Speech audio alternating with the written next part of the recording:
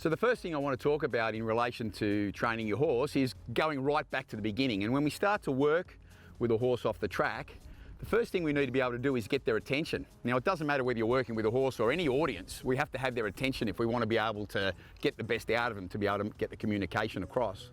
A lot of the time you see people working with horses and they still don't have the horse's attention, and it's off with the pixies, and it's looking here and it's looking there, and the head's all over the place, and they've got no focus whatsoever. If you haven't got that focus, you can't possibly think that the horse is going to be able to take on board the things that you want to teach it.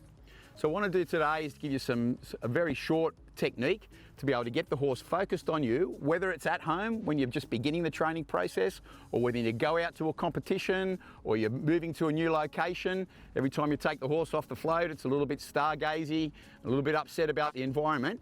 And I want to give you something that's going to be able to get you to bring that horse back and get him focused on you. And if we focus on that all the time, then we'll find that every time we put it into practice, the horse will come back to us and we can start to work with whatever it is that we want to do.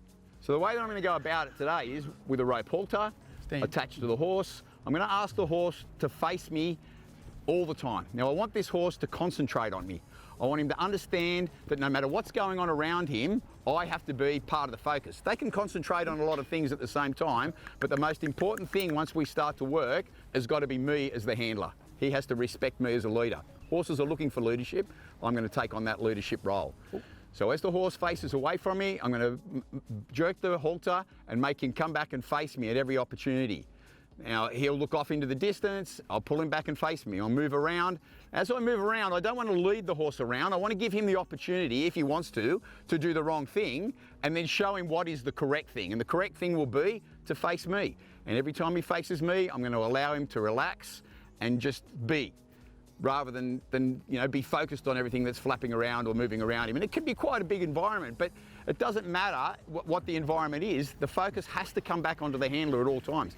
You might see it as a problem, I see it as an opportunity. So it doesn't matter where you are or when you are, we have to get this horse all the time to be focused on us. Without that, there's no education that can take place.